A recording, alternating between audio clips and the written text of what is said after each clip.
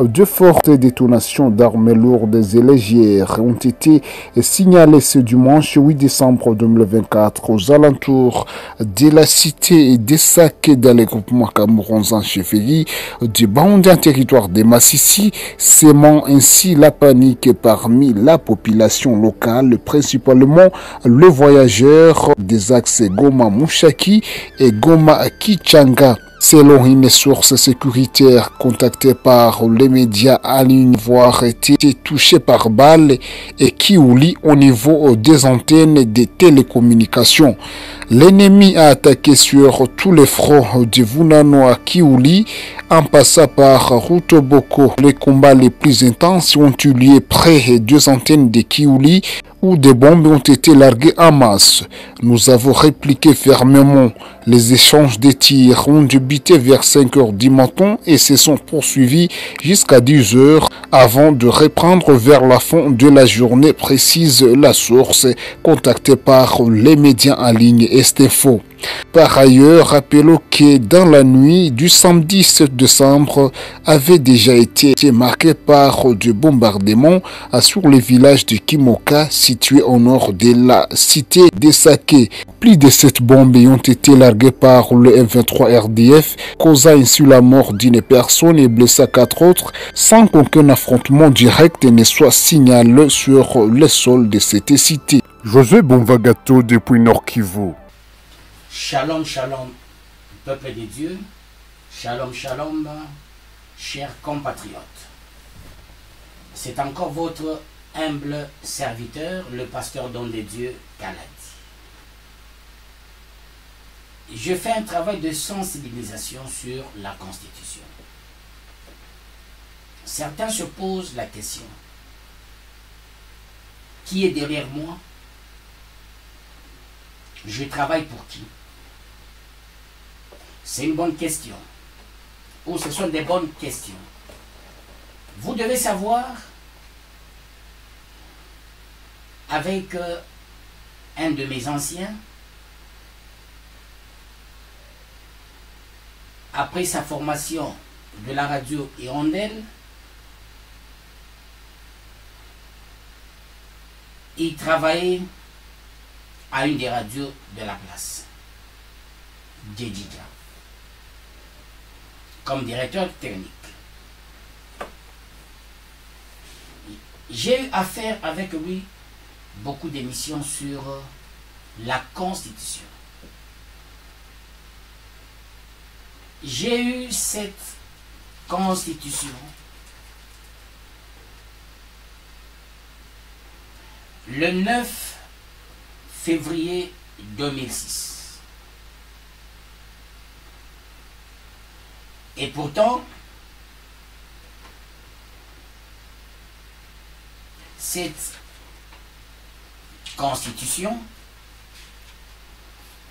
a été promulguée le 18 février 2006. D'où j'ai lu cette Constitution depuis le 9 février 2006. J'étais le nom de la personne qui m'avait donné, et ce n'est pas n'importe qui, parmi les rédacteurs de cette Constitution. J'ai eu à discuter avec lui et j'ai fait beaucoup des annotations. C'est une Constitution qui a beaucoup de faiblesses. J'avais présenté les faiblesses de cette Constitution. La violation de la loi Bakajika. Je me suis référé à cette Constitution par rapport aux élections dans notre pays, à la répartition des revenus, comment tout fonctionnait par rapport à la Constitution. C'est une Constitution qui a beaucoup de faiblesses. Mais c'est une Constitution qui nous a donné une fausse paix. Pas comme les uns les autres parler de la paix. Non, ça nous a jamais donné la paix, ça a donné une fausse paix. Parce qu'après, nous avons vu, du fait de ne pas respecter la Constitution de la transition de 2005, il s'est passé un problème sérieux. les militaires du gouvernement et les militaires de Mbemba, ils se sont vraiment tirés à bout portant et c'était un carnage à Kinshasa. Aujourd'hui, je vais parler sur quoi? Je reviens sur le titre 4 de cette constitution qui parle de la révision constitutionnelle. J'ai déjà parlé de la révision constitutionnelle, j'aimerais encore m'y apaisantir. Étant donné la répétition est la mère du savoir. Titre, qu'est-ce que j'ai dit? Pas titre 4, titre 7 de cette constitution qui parle de la révision constitutionnelle. Que dit le titre 7? Article 218. L'initiative de la révision constitutionnelle appartient concurremment 1. Au président de la République. Ça signifie quoi en termes clairs? La Constitution est révisable. Mais qui peut initier cette révision? Il n'y a que 4 acteurs majeurs. Le premier acteur, c'est le président de la République. Après débat et délibération, il peut se dire, révisons cette constitution comme le cas avec Kabila. Kabila, il a révisé et la constitution révisée est là. C'est une constitution modifiée par la loi numéro 11/002 du 20 janvier 2011 portant révision de certains articles de la Constitution de la République démocratique du Congo du 18 février 2006. Quand il y avait cette révision de certains articles, je m'étais posé la question de l'opportunité. Est-ce que Kabila était légal pour initier cette modification? Oui. Est-ce qu'il y avait opportunité? Parce que le problème de Kabila était ce qu'on appelle le calcul politique. Notre constitution prévoit le scrutin de 2 tours, mais lui, il a réduit à 1 tour. Parce que à cette époque-là, le deuxième tour, il fallait véritablement des associations des partis. Dès lors, les partis allaient s'associer. Alors, comme c'était le temps de Papa Étienne Tshisekedi, il y avait un bon calcul politique. Est-ce que Kabila avait tort de faire ses calculs politiques? Je dis non. Il n'avait pas tort. La politique, ce sont des calculs qui comptent. Il n'y avait pas de l'opportunité, mais il y avait seulement un calcul politique. Il se disait, aller au deuxième tour avec Papa Étienne Tshisekedi, il aura beaucoup d'alliés, il perdrait à plate couture. D'où il fallait de 2 tours à 1 tour. Quand on est au pouvoir, on organise les élections. En Afrique, c'est difficile de les perdre. Avec la CNI inféodée. Là, c'est une évidence. Est-ce le calcul politique, c'est un péché en politique? Je dis non. Les partis politiques sont là pour la conquête du pouvoir, l'exercice du pouvoir longtemps possible et la conservation du pouvoir. Et un parti politique, quand il fait la conquête, il se dit, je vais l'exercer longtemps possible et je vais le conserver. C'était une stratégie de Kabila. Il n'avait pas péché en politique. Il avait fait un calcul politique. C'était à l'opposition de l'empêcher. L'opposition de l'époque ne s'était pas bien organisée pour empêcher Kabila. Seulement en 2015, avec l'ONIP, ainsi que la CENI, on voulait faire un mixage de la CENI, l'ONIP, derrière cette procédure touchée à la Constitution. Et là, la population vraiment avait barré la route à Kabila. Malgré on avait barré la route à Kabila, il a utilisé notre stratégie politique. Il est allé jusqu'en 2018. Je rentre qui peut initier la révision constitutionnelle. Il y a l'initiative de la révision constitutionnelle appartient concurremment, 1, j'avais dit, au président de la République, 2, au gouvernement, après délibération en Conseil des ministres. Qui dit Conseil des ministres dit président de la République, qui est le premier qui peut initier. Il se retrouve en Conseil de ministres. Il conduit le Conseil de ministres, d'où il a un dédoublement fonctionnel pour pousser le bouchon très loin, parvenir à avoir la révision d'une constitution. 3, un autre acteur, on dit à chacune des chambres du Parlement, à l'initiative de la moitié de ses membres. Autrement dit, c'est une constitution qui est faite à deux seins. Le président en République démocratique du pouvoir, République démocratique du Congo qui est au pouvoir, il peut initier. Il est encore dans le gouvernement qui est à sa cause. Mais 3/4, quand on parle à chacune des chambres du Parlement à l'initiative, non, plutôt de la moitié. La troisième initiative, nous avons la moitié des membres. Or, le président de la République, il a la majorité. Comme à l'époque, Kabila avait la majorité.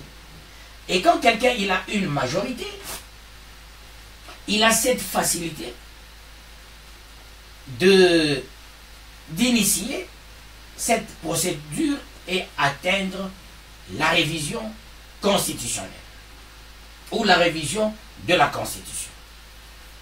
4e, on dit à une fraction du peuple congolais, en l'occurrence 100 000 personnes, s'exprimant par une pétition adressée à l'une des deux chambres. Vous voyez, quand on dit 100 000 personnes, au Congo, les élections sont sociologiques. D'où il faut marteler là-dessus pour rendre les élections compétitives, véritablement intellectuelles, expérimentales, que de rendre les élections sociologiques. Quand on dit 100 000 personnes, pensez-vous que Kabila pouvait manquer les 100 000 personnes? Non. Est-ce que Félix pourra-t-il manquer 100 000 personnes pour dire voilà, je pousse 100 000 personnes, l'UDPS, son parti, l'UDPS a plus de membres, plus de 100 000 personnes. À l'époque, Kabila avec son PPRD, 100 000 personnes.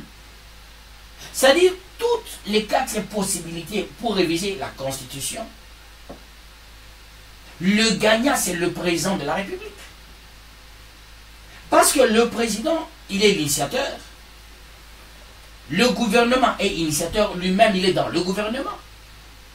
Le Parlement est l'initiateur, il a sa majorité.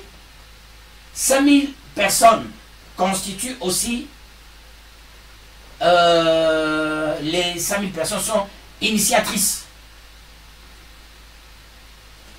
Et un président de la République au Congo peut avoir 5000 personnes.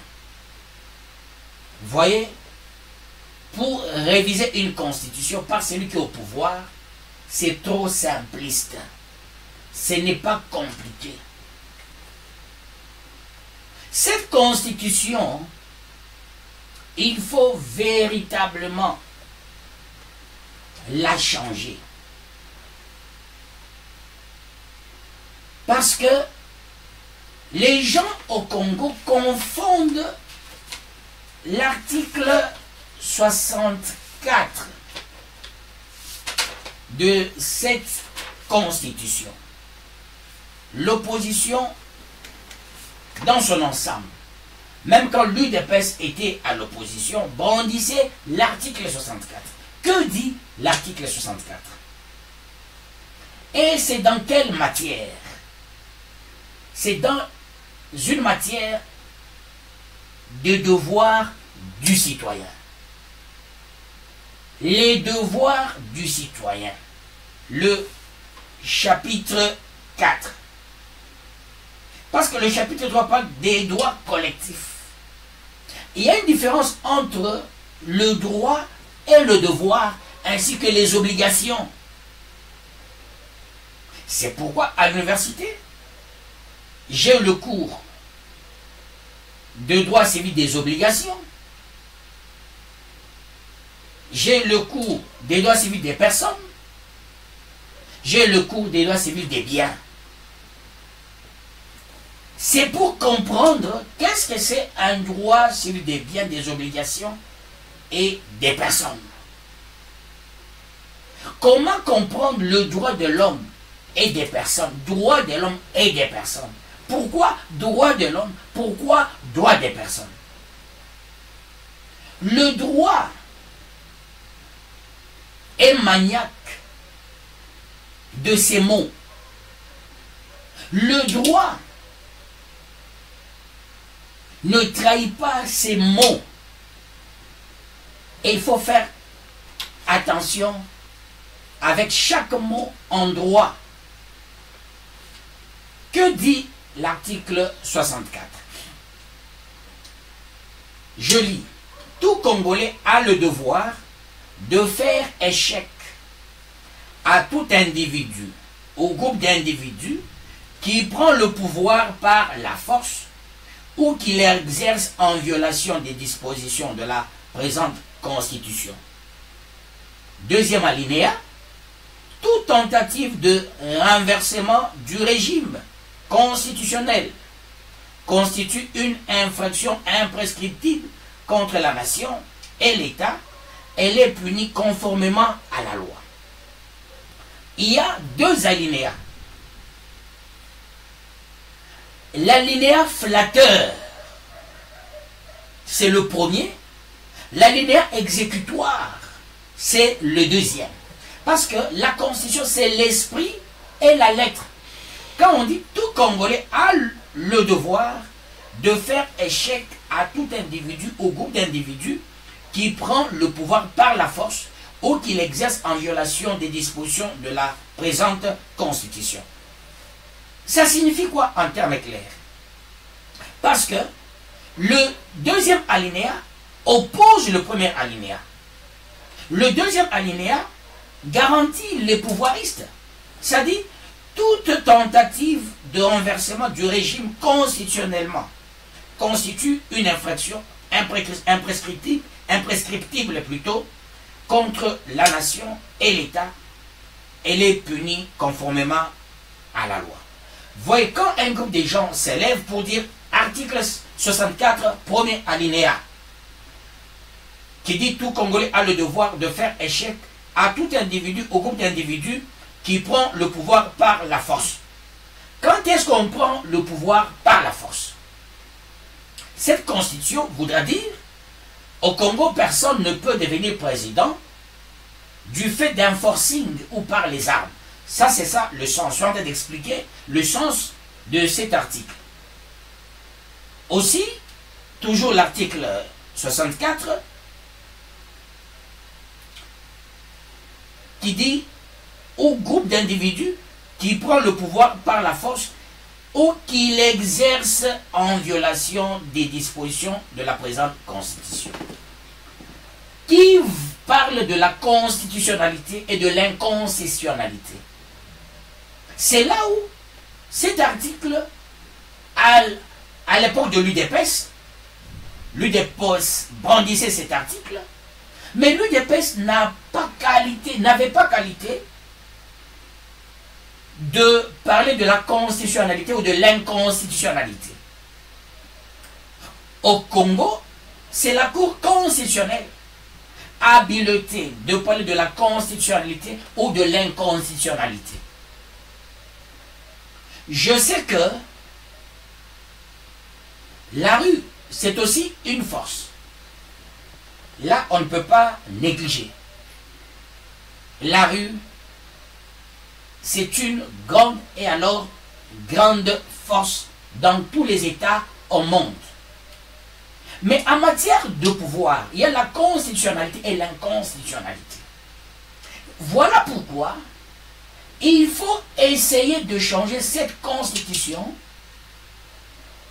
Dès lors, il y a l'eschatologie du soir qu'a utilisé toutes les forces de l'opposition dans le monde, surtout les femmes, les associations des femmes dans le monde, pour dire non aux pouvoiristes, avec l'eschatologie du soir.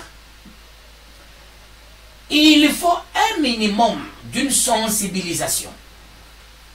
Or, l'opposition a toujours été divisée. Il y a l'opposition qui est avec le pouvoir.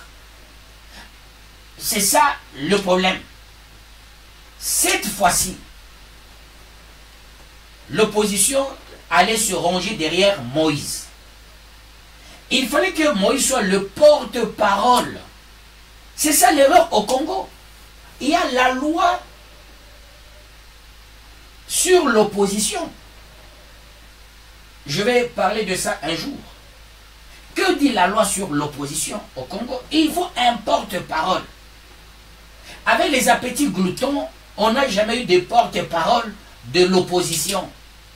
Opposition, organisez-vous. C'est encore le début du deuxième mandat du président Félix. Ayez votre porte-parole pour faire face et rester dans la loi. Parce que cette loi de l'opposition était légiférée, reconnue. Et on a déclaré sa constitutionnalité. Ça respecte les normes. Alors quand l'opposition, voilà, c'est là où l'opposition devient faible, par manque d'avoir le porte-parole, qui est l'interface du pouvoir, pour bien cadrer, recadrer, amener les desiderata de leur obédience et aussi pousser le président, le gouvernement au pilori. Sans le porte-parole de l'opposition, avec une opposition divisée, il n'y aura pas de force pour faire chanter le pouvoir. Opposition, commencez par vous organiser. Quand vous clamez article 64, c'est comme les perroquets. Vous déclarez article 64 en violation de l'opposition, de la loi sur l'opposition. Et pourtant, nous avons une loi sur l'opposition en République démocratique du Congo. Vous de l'opposition, relisez cette loi-là, organisez-vous. Comme à l'Assemblée nationale, c'est Moïse qui a beaucoup de députés, c'est lui, ipso facto, qui devient l'interface du pouvoir. Dès lors, voulez-vous vous organiser? Voulez-vous brandir l'article 64 Vous saisissez les canaux légaux. Et là, votre parole a de la valeur. Dans le cas contraire, ce serait superfétatoire, inutile toutes les démarches. Je suis en train de vous aider, vous de l'opposition, à s'organiser pour qu'il y ait une ambiance dans mon pays. Je suis pasteur, je suis aussi scientifique. Je dois chercher de l'équilibre. Je dois prier pour toutes les autorités, politico-administratives, tant civiles que militaires. Les autorités du pouvoir, je prie pour eux. Les autorités de l'opposition, je prie pour eux. Les autorités militaires, je prie pour eux. Les autorités de Dieu, je prie pour elles plutôt, comme il s'agit de l'autorité. Sorry, pas pour eux, pour elles, pour elles, pour elles, pour elles. C'est de l'absus linguae, comprenez. Alors, il est à noter que nous devons faire une bonne démocratie dans notre pays. Aller à l'encontre, c'est faire le jeu du pouvoir. Attention, il est certains membres de l'opposition. La nuit sur le jour sur la rue, la nuit, ils vont voir les pouvoiristes. Donnez-nous l'argent, nous faisons semblant de parler. Parce que la constitution du pays est claire. Comment les intellectuels, même les juristes, ils vous brandissent l'article 64? Mais comment l'appliquer? Parce que l'article 64 a le premier alinéa et le deuxième alinéa. Le deuxième alinéa donne le pouvoir au pouvoir. Le premier alinéa réduit une opposition sans porte-parole. Sauf l'eschatologie du soir. S'il y a l'eschatologie du soir, comme en France, aux États-Unis, en Russie, en Chine, là ce serait autre chose. Au Sénégal, il y avait aussi l'eschatologie du soir. En Afrique du Sud, il y avait l'eschatologie du soir. Là, ce serait autre chose. Alors, faites attention. Vous de l'opposition, organisez-vous. Parce que Félix, il est encore au début de son premier mandat. Il n'a pas encore fait une année pour son premier mandat. Fais gaffe, il fera une année le 20 janvier. L'opposition se comporte comme si Félix, il est à la fin de son dernier mandat. Je dis bien dernier mandat. Il n'y a pas la possibilité de troisième mandat. Il n'y en a pas. Félix est légaliste, il ne fera pas un troisième mandat. Il va s'arrêter au deuxième mandat. S'il va toucher à la Constitution, ce n'est pas pour avoir un troisième mandat. La N-O-N. Aujourd'hui, j'ai voulu, ou j'ai pensé à un équilibre. C'est là que vous verrez, le droit c'est de l'équilibre. Il y a toujours une balance. La même balance du droit, c'est la même balance de diamant. Le droit c'est un diamant. Mais attention, il y a des pierres semblables au diamant.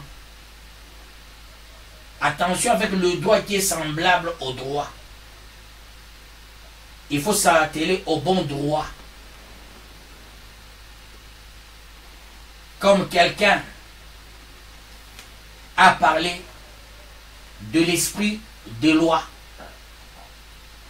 La loi a un esprit. L'homme a un esprit. Toute créature a un esprit.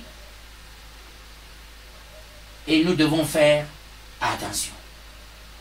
Il y a aussi la lettre. La lettre, c'est tout ce que tout le monde voit. Mais l'esprit relève de l'exégèse. Peuple de Dieu, chers compatriotes, pour aujourd'hui, je m'arrête là. Encore une fois, je bénis la population cambodienne. Il n'y a pas le droit des Kassaïens, il n'y a pas le droit des Katangais, il n'y a pas le droit des Bas-Congolais. il n'y a pas le droit des Blancs. Le droit reste le droit universel, mais chaque pays a au moins sa constitution. Il faut respecter la constitution de son pays. Dès lors, on l'a acceptée, mais il y a des canaux pour la modifier. Ça ne relève que de 4 titulaires que j'ai su mentionner dans ce que nous sommes en train de faire, l'exercice de l'équilibre pour que le Congo ne se déchire pas. Soyons unis. On n'a que ce pays. Il y a ceux-là. Je cesse de polémiquer. J'allais larguer une phrase qui allait apporter des polémiques parce que les Congolais sont champions en interprétation. D'où je ne veux pas créer de remous. Je cherche à unir. Bye bye. Que le bon Dieu vous bénisse. Ceux-là qui m'aiment, je vous aime. Ceux-là qui ne m'aiment pas, je vous aime. D'ailleurs, vous ne m'aimez pas. Mais je sais qu'en catimini, vous m'aimez beaucoup. Voilà pourquoi vous vous intéressez à moi. Je vous aime.